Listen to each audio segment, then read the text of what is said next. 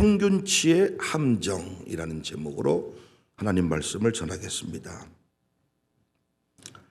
평균의 종말이라는 책을 쓴 저자 토드 로즈는 중학생 때 ADHD 장애 판정을 받은 뒤에 성적 미달로 고등학교를 자퇴한 부적응 학생이었습니다.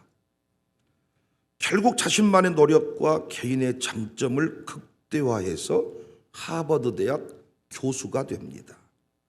그녀가 책을 통해서 강조하는 내용이 뭐냐? 평균이라는 함정 때문에 포기하거나 자포자기해서는 안 되고 평균에 갇혀 있지 말고 평균을 뛰어넘어야 된다. 이렇게 주장을 합니다. 우리 학창시절에 성적을 평균으로 환산해서 평균보다 학교 평균, 반 평균, 평균보다 높으면 머리가 좋은 학생, 평균보다 낮으면 머리가 나쁜 학생으로 분류하던 시절이 있었습니다. 우리 샬롬스쿨에서는 무슨 이야기인가 하겠지만 여전히 지금도 많은 학교들이 평균치를 가지고 초등학교 3학년은 이 정도 평균을, 이 정도 성적이 나와야 된다, 이 정도는 알고 있어야 된다, 강남에 있는, 강북에 있는, 광주에 있는, 부산에 있는 학생들 평균치를 가지고 평균 이상인가 평균 이하인가, 여기에 따라서 인생의 여러 가지 것들을 평가한다는 것입니다. 꼭 성적만 그러는 거 아니죠. 키도 초등학생 평균 키, 평균 몸무게, 사람의 혈압, 당뇨, 여러 가지 우리 신체 리듬의 수치들도 다 평균치라는 게 있습니다. 그래서 우리는 수치에 민감해요. 신생아가 태어나면 평균치 몸무게 이 정도는 돼야 된다. 혹시 미달되면 이 아이에게 문제가 있는 것처럼 우리는 불안해합니다. 우리가 아이들 키가 크면 큰 대로, 작으면 작은 대로 하나님이 아름답게 만드셨는데 우리는 평균치 키에 미달이 됐을 때 부모는 절망하기 시작합니다. 아마 우리 교인들 병원에 가서 비만 검사를 하면 98%는 비정상이 아닐까. 다 비만이라고. 나름대로 기준치를 정해놓고 넘어서면 건강한 사람, 밑으로 떨어지면 이상한 사람. 우린 여전히 평균치의 스트레스를 가지고 살아갑니다. 그런데 언제부턴가 우리 신앙 안에서도 평균치라는 개념이 생겨났어요. 평균치 함정에 빠져버린 순간 심각한 바리새인과 서기관으로 전락하는 것을 보게 되었습니다. 샬롬스쿨도 평균치의 함정이 있습니다. 비록 샬롬은 평균 성적은 매기지 않지만 신앙 부분에 있어서 어느 정도가 지나면, 어느 정도가 되면 더 이상 책망을 받지 않고 살아가는 평화의 지점, 평화의 시대가 이릅니다. 그 지점이 어떤 지점입니까? 교사가 인정하는 지점입니다. 밤마다 교사가 정해놓은 나름대로 기준치가 있는데 그 기준치에 이르지 못하면 매도 맞고 책망도 받고 막 괴롭힘을 당하지만은 어느 지점에 딱 이르면 더 이상 그 아이는 선생님으로부터 책망 한번 받지 않고 3년이면 3년, 2년이면 2년, 5년이면 5년을 무사히 지낼 수 있는 이런 순간에 이릅니다. 여러분, 교사가 인정하는 지점이 하나님이 인정하시는 지점일까요? 저는 우리 교회 장로님들이나 양육사 그룹들은 특별히 회개할 일이 없다고 생각합니다. 왜? 일반 성도들보다 헌금을 더 많이 하기 때문입니다. 5대 신앙 기준표에 의거했을 때 평균치 이상을 넘어서고 있기 때문에 앞에 앉아있는 이들은 회개할 일이 별로 없다고 생각해요. 그러니까 혹시 목사가 틀렸다고 똑바로 하라는 주제의 설교를 하면 이들은 분명히 무엇인가를 쓴 척하고 자신에게 하는 소리로 듣지 않습니다. 제가 14년 목회하면서 많이 느끼고 있는 중이에요. 틀렸다, 똑바로 해라, 잘하자 얘기했을 때 장로나 양육사 그룹들이 자기에게 한 말로 받는 경우가 줄어들고 있다. 이걸 제가 느끼는 중입니다. 왜?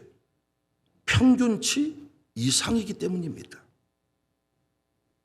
학교 다닐 때 반평균을 내서 반평균 밑으로 내려간 사람은 앞으로 나오라 그랬죠. 그래서 반평균이 70점인데 68점 나왔으면 2대, 60점이면 10대. 선생님이 매 때리면서 했던 말 기억나. 평균 깎아먹는 놈, 우리 반에 도움이 되지 않는 놈. 그러면서 머리통을 때리고 엉덩이를 때리고 손바닥을 때리고 남에게 피해를 주는 놈이라는 것입니다. 그 개념으로 보았을 때 우리 교회 직분자들은 결코 평균 깎아먹는 사람이 아니지요. 저는 대형교회를 섬기는 사람들이, 유명한 목사와 사는 사람들이 이 평균치의 함정에 빠질 수 있다고, 이미 빠져 있다고 생각해요. 가만히 있어도 사람들이 몰려와. 모든 국민이 자신의 담임 목사를 다 알고 있어. 심지어 그 목사님 곁에 자신들이 서 있어요. 어떤 마음이 들겠습니까? 스스로 대단하다 생각하지 않겠어요? 우쭐하지 않겠어요? 근데 물어봅시다. 내 교회가 유명하다고 나까지 위대합니까? 우리 목사님이 전 세계에 알려진 목사님이면 여러분의 신앙도 하나님이 그냥 인정해 줍니까? 이번 통합 캠프 첫 시간에 나눌 말씀이기도 한데, 예수님은 바리새인을 책망했거든요. 그런데 이 바리새인은 스스로 자신의 신앙을 보고 감탄을 표합니다. 누가복음 18장 11절. 바리새인은 서서 따로 기도하여 이르되 하나님이여, 나는 다른 사람들 곧 토색, 불의, 간음을 하는 자들과 같지 아니하고 이 세리와도 같지 아니함을 감사하나이다. 예수님은 바리새인을 회칠한 무덤이라고 책망을 했는데, 이 바리새인은 스스로를 바라보면서 참 감사합니다. 어쩌다가 내가 이렇게 믿음 좋은 사람이 되었을까요? 여러분, 이런 사람들이 우리 교회 장로님이라면 어떻겠어요? 이런 사고를 가진 사람이 우리 교회 직분자라면 어떻겠냐고요? 모든 사람이, 심지어는 담임 목사님이 그 장모님 때문에, 그 권사님 때문에 목회를 힘들다고 하는데 자기는 정작 거울 보면서 이야, 이런 장로 모시고 목회한 목사님 감사해야 돼. 그 부인 한 수를 더 떠. 당신 같은 장로 어디 있단가? 목사님이 감사해야지.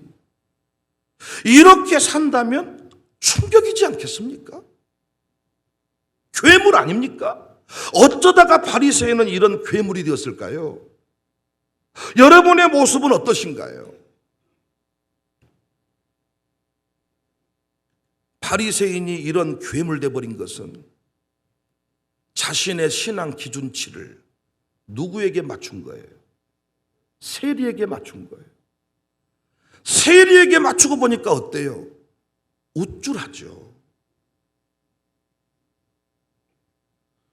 신앙 기준이 예수님이고 말씀이어야 하는데, 여러분과 제가 예수님께 내 삶을 비유한다면, 말씀에 나를 비추어 본다면 날마다 죄인이죠. 날마다 부족한 뿐이죠. 회개할 것 투성이지요. 그런데 우리 장로님들이 누구에게 표준을 맞추니까? 일반 성도에게 맞추니까 어때요? 표준치 이상이잖아. 샬롬 스쿨 아이들한테 어른이 기준치를 맞추면 어때? 너보다는 낫잖아 내가. 그러니까 샬롬 스쿨 선생님들이 놓칠 수 있는 문제지요. 아이들하고 늘 지내다 보니까 내가 어느덧 대단한 사람인 것처럼 착각할 수 있다는 거예요. 평균치 이상이잖아요. 참 요즘에 우리 교회 외부교회 교인들, 외부교회 직분자들이 많이 우리 교회를 찾아옵니다. 그분들과 교제하게 되고 그분들과 연합도 하게 됩니다. 이번 캠프에도 외부 사람들이 함께 할 것인데 그들과 함께 하면서 여러분은 무엇을 느끼십니까? 어떤 마음이십니까? 왜 우리 교회에 체험관 건축을 하는데 외부 사람들이 헌금을 합니까? 그 헌금 명단을 보면서 여러분은 깨달아지는 무엇이 없습니까?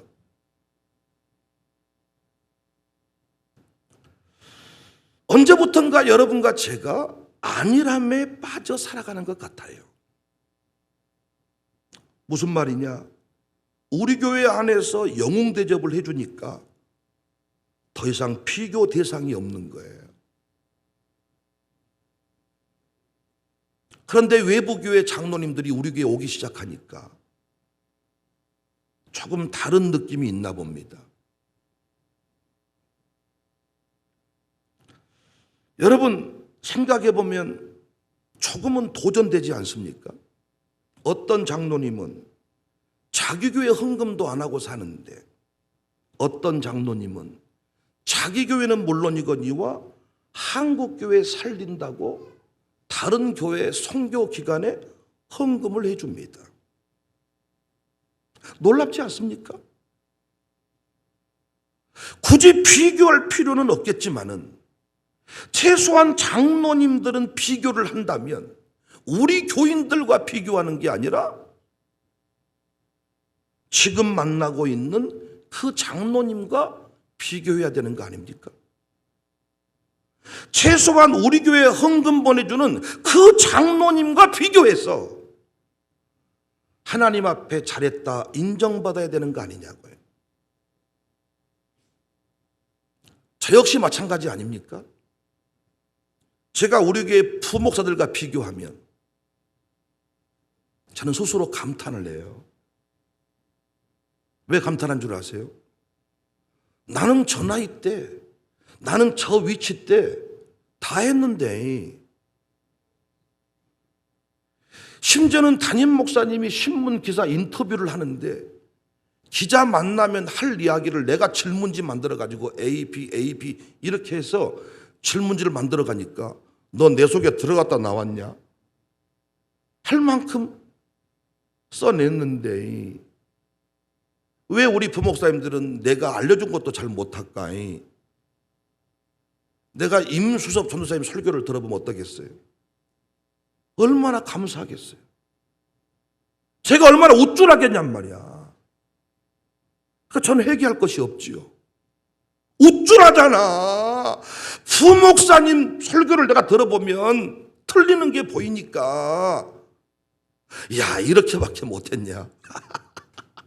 그럼 속으로 역시 담임 목사 설교는 달라 이러겠잖아요. 평균치 이상이잖아요. 우리 교회 목사들 평균치를 내보면 나는 평균치 이상이잖아요.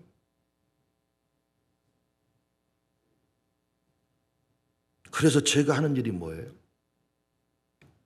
위대한 종들. 제가 앞으로 위대한 목회를 하려면 우리 교회 부목사랑 비교해서 잘했다가 아니라 세계를 누비는 목사님들 설교를 살피고 그분들의 목회를 돌아보면서 최소한 나의 기준치는 거기에 머물러 있어야 세계적인 목회를 하는 거 아니냐 그 말이에요. 광주에 있지만은 미국을 보고 유럽을 보고 전 세계를 보면서 몸부림쳐야 세계적인 종 되는 거 아니냐고요. 우리가 어느 순간 보니까 평균의 함정에 매여서 평균치 이상을 하고 있으니까 믿음 좋다고 스스로 감사하고 있더라고요. 세대통합 목회의 강점이 뭐라 그랬어요? 평균의 함정을 깨는 거거든요. 세대를 통합해버리니까 어린이가 아니고 어른 차원으로 나가버리는 거예요. 평균치 함정이 깨지는 거지요.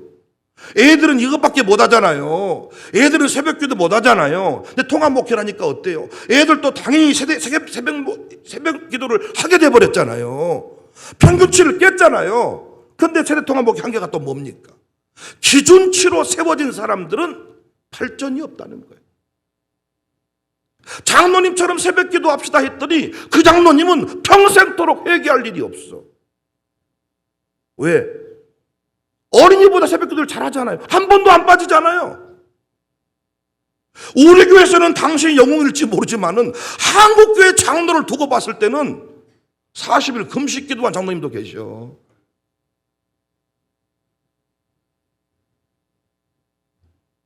그래서 하나님께서 우리 교회에 계속 외부 사람들을 보내주세요. 저도 계속 제 나이 또래 목사들하고 놀게 하지 않고 대단한 선배들을 만나게 하시고 그 분야의 전문가들을 만나게 하십니다. 거기서 제가 깨닫는 게 뭔 줄 아세요? 하나님이 평균치를 깨트리는구나. 저는 헌금을 누구만큼 하면 돼요? 헌금을 누구만큼 하면 저는 칭찬받는 거예요? 여러분보다 더 잘하면 칭찬받는 거예요?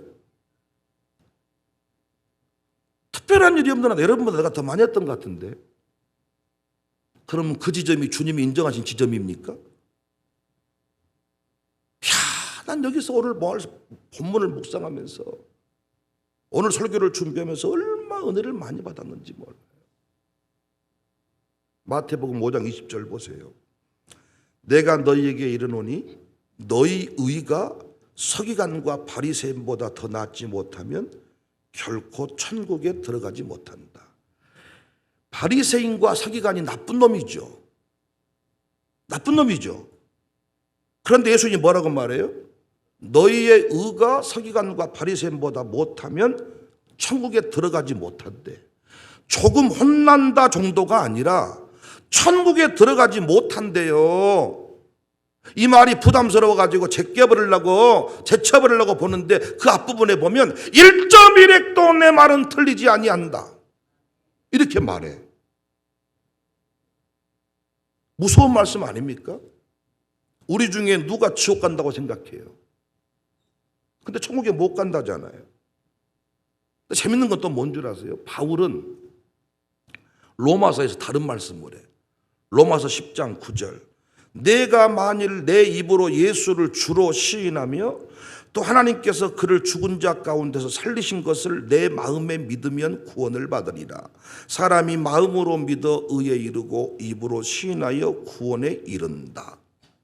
마태복음에 다시 예수님 말씀합니다. 마태복음 7장 21절. 나더러 주여 주여 하는 자마다 천국에 들어갈 것이 아니요 다만 하늘에 계신 내 아버지 뜻대로 행하는 자라에 들어간다. 뭐야 도대체 이 말씀이? 왜 이랬다 저랬다 하는 거예요? 마음으로 믿어 입으로만 시인하면 천국 간다면서요. 그런데 또 예수님은 또 왜? 너희의 의가 바리새인과 서기관보다 못하면 못 들어간다. 주여 주여 하는 자만 들어간 게 아니래. 바울은 뭐라고 말했어요? 입으로 시인하면 간다면서. 그런데 왜 또 여기서는 주여 주여 하면 못 간다 그래? 요양원에 누워있는 사람 보고 주여 이름 부르고 아멘 하면 간다면서. 근데 예수님은 또 뭐라고 말씀해? 왜 주여 주여 하면 못 간다 그래요? 여러분은 지금 이 말씀의 의미들이 이해가 되십니까? 어떤 분들은 그래서 마태복음 7장 21절 이 말씀 가지고 행위 구원론을 강조해. 지금처럼 믿어서는 천국 못 간다는 거예요. 행위 구원, 본문이 행위 구원을 말씀하는 얘기입니까? 그 얘기가 아닙니다. 말씀하는 대상이 다르는 거예요. 로마서의 수신자는 누굽니까? 로마 교인입니다. 오르로 말하면 초신자들입니다. 마태복음은 누구에게 말씀하시는 겁니까?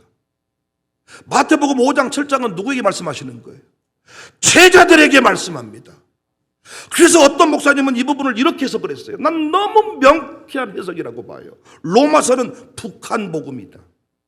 마태복음은 남한 복음이다. 들어보셨습니까? 생전 처음 들어본 말씀이죠. 로마서는 북한 복음이다. 마태복음은 남한 복음이다. 무슨 말이냐면요, 어떻게 북한 교인들의 믿음 수준과 남한 교인들의 믿음 수준이 하나님이 요구하시는 신앙의 농도가 같을 수가 있겠냐는 거예요. 북한 교인들한테 주여 삼창하라고 하면 되겠습니까? 북한 교인들한테 지금 주여 삼창하지 못하면 너 기도 응답 못 받는다, 이렇게 하겠어요? 네 마음으로만 기도해도 하나님이 들으신다. 요양원에 누워있는 그 사람하고 오늘 이 새벽에 나와 있는 여러분과 저에게 요구하시는 믿음의 행위 기준이 똑같냐 그 말이야. 다르다고요.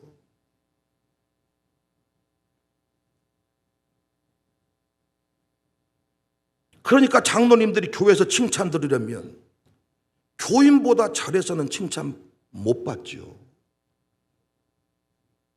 어떻게 장로님의 기준치가 교인일 수 있냐 그 말이야.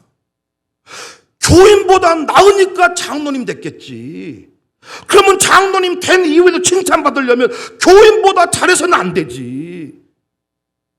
하나님이 요구하시는 자리까지 나가야 칭찬받는 장로님 되는데, 제가 깨달았어요. 왜 장로님 된 이후부터 변화가 없고 왜 장로님 아들, 딸들이 신앙생활 안 하는가? 이 함정에 빠진 겁니다. 평균치 함정에 빠져버린 거예요. 하나님은 끊임없이 우리를 성장하기를 원하시는데, 끊임없이 큰 그릇 되기를 원하시는데, 토끼와 거북이 달리기 하다가 거북이 보니까 너 하나쯤은 잠자고 가도 이기겠다. 야, 양육사도 마찬가지 아닙니까? 가정교회 식구보다 조금 잘해서 칭찬받는 거예요? 어떤 양육사님들은 왜 새벽기도 나왔는데 칭찬 안 해주냐고 성기를 내더라고요. 정밀히 성도는 새벽기도 나왔다고 칭찬을 많이 받았어요. 근데 그 가정교회 양육사 최은호는 칭찬 들어본 적이 없어요. 정밀히보다 잘하면 칭찬해 줍니까? 주님이 지금 최은호 집사 요구하시는 게 정밀보다 나은 신앙입니까? 남한 복음, 북한 복음 기억하시면 좋겠어. 제자한테 뭐라고 말했어? 너희의 행실이 바리새인과 서기관보다 낫지 아니하면 안 돼. 너 주여 주여 이름 불러서 천국 못 가. 뜻대로 행해야 되는 거야. 그러나 요양원에 놓인 사람한테는 뭐라고 말씀해요? 주의 이름 부르면 구원받아.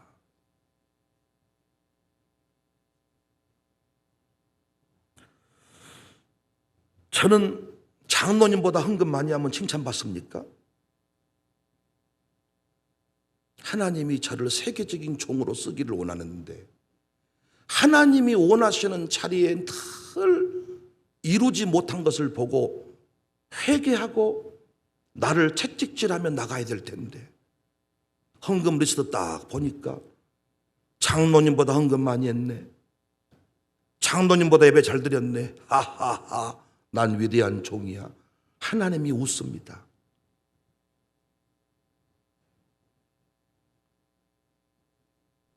나는 이영호 장로가 제게 와서 했던 말 잊지 못해. 시골에서 교회 섬기면서 헌금 조금만 해도 1등 해버린다는 거예요. 더 하려고 하면 사람들이 하지 말라고 했다는 거예요. 그런데 우리 교회 와서 보니까 어느 순간 나는 아무것도 아니다, 헉헉대고 있다. 근데 어느 순간부터 그 고백이 사라졌더라고요. 우리 교회 안에서 평균치 이상을 하고 있다 생각하나 봐요. 근데 내가 보는 관점에서 하나님이 이영호 장로 가정을 그 정도로 쓰시기를 원하지 않고 세계적인 장로로 쓰기를 원해. 그러면 그가 늘 하나님 앞에 잘했다 칭찬받으려면 세계적인 장로를 바라보면서 우산동에 사는 장로님이 아니라 세계적인 장로님 바라보면서 그 자리에 나가기를 위해 기도해야 되는데 평균치 이상을 하니까 나만한 장로가 어디 있어? 이렇게 될 수가 있다는 거죠. 내가 늘 부목사 앞에 설교 선생으로 서니까 지가 설교 잘한 줄 알고 거기에서 머물러. 저는 부목사 때에도 얼마나 교만했는지 왜 나 같은 인생을 부흥이 안 불러줄까 속으로 성질낸 적이 있어. 지금 생각해 보니까 부흥이 안 가기를 잘했어.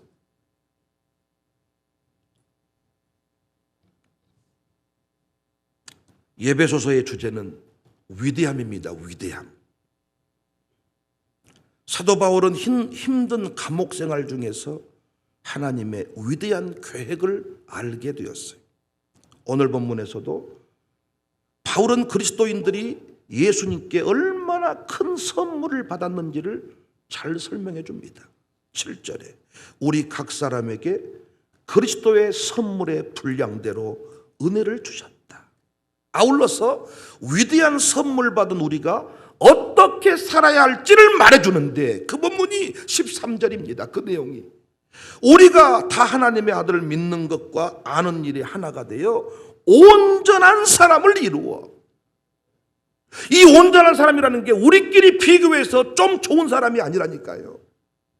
하나님이 요구하시는 자리, 제자에게 요구하시는 게 다르고 로마 교인에게 요구하시는 게 다르고 장로님에게 요구하는 게 달라. 온전한 사람을 이루어 그리스도의 장성한 분량이 충만한 데까지 이르리니, 평균치 이상이면 감사하는 게 아니라 충만한 데까지 이르리니. 정말 여러분 오늘 말씀이 감동이 되지 않냐고요. 이는 우리가 이제부터 어린아이가 되지 아니하여 사람의 속임수와 간사한 유혹에 빠져 온갖 교훈의 풍조에 밀려 요동하지 않게 하려 함이라. 부자가 받는 유혹이 다르고 가난한 사람이 다른 유혹이 다릅니다.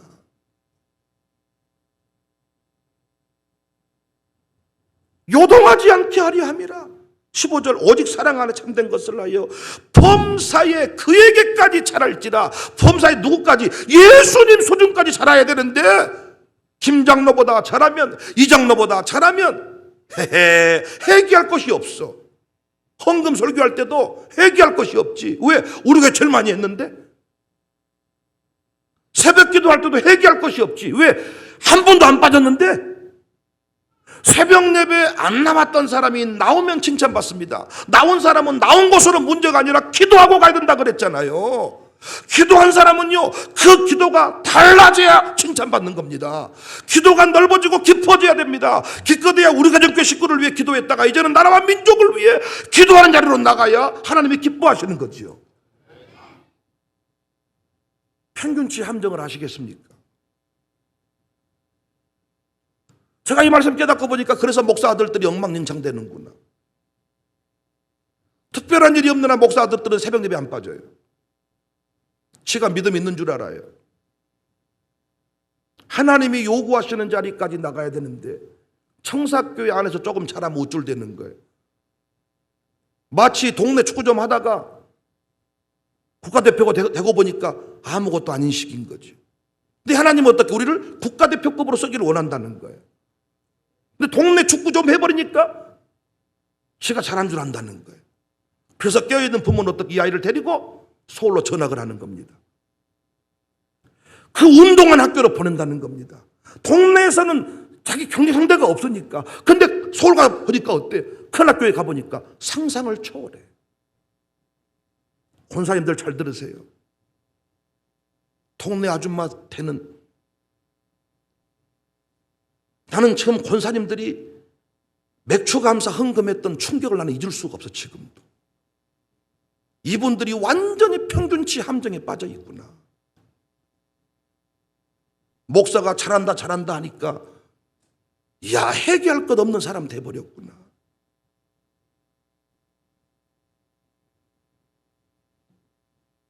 다른 교회 권사님들은 말 물어내고 새벽기도 안 나오고 이렇게 조금 제가 얘기하면서 우리 교회는 새벽기도 나옵니다 했더니 새벽기도 나오면 다 된다고 생각한가 봐.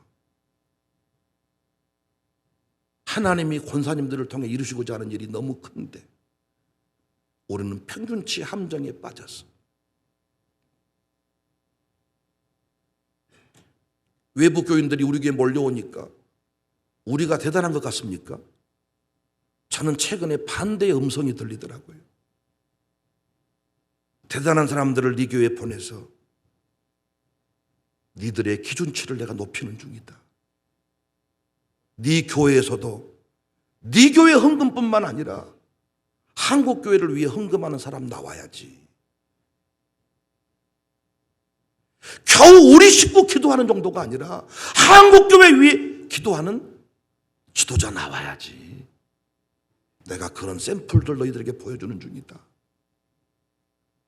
어제도 밥 먹으면서 두민이랑 그런 대화했네요. 예전에 캠프에 보면 우리 교회 아이들보다 예부 교회 아이들이 더 많았어. 외부가 3분의 2, 우리가 3분의 1. 하나님이 우리에게 주신 선물들과 같아요. 우리끼리 잘 먹고 잘 살고 있는데 하나님이 그들을 보내서 우리를 깨웠던 것 같습니다. 어느덧 우리가 깨어났네요. 말씀하시는 내용이 다 다를 겁니다. 하나님이 장로님에게 요구하시는 게 다르고 담임 목사에게 요구하시는 게 다르고 그 말씀하시는 것을 붙잡고 성령이 교회들에게 하시는 말씀을 들을지어다 할 때 분명히 장로님에게 주는 감동이 다르고 권사에게 주는 감동이 다르고 담임 목사에게 주는 감동이 달라요. 그런데 우리는 그 음성을 듣고 반응하지 못하고 평균치를 두고 이쯤이면 되겠지. 축의금 부의금을 할 때도 이 동네는 평균치가 5만 원이더라고. 그런데 하나님이 때로는 50만 원 하라는 감동을 줄 때가 있어요. 그때 우리는 그분의 수준까지 이르러야 되는데 우리 동네에서는 그렇게 할 필요가 없다. 거기서 우리는 평균치 함정에 빠지는 겁니다. 하나님이 우리에게 원하시는 수준은 아멘할 준비하세요. 아기 예수님, 청소년기 예수님 수준 정도가 아니라 십자가에 못 박혀 죽으시고 부활하신 장성한 수준까지 이르기를 자라기를 원하고 계십니다. 평균치 함정에 빠지지 말고 평균치 함정을 깨트려버리는 우리 교회가 될 수 있기를 주님의 이름으로 축복합니다.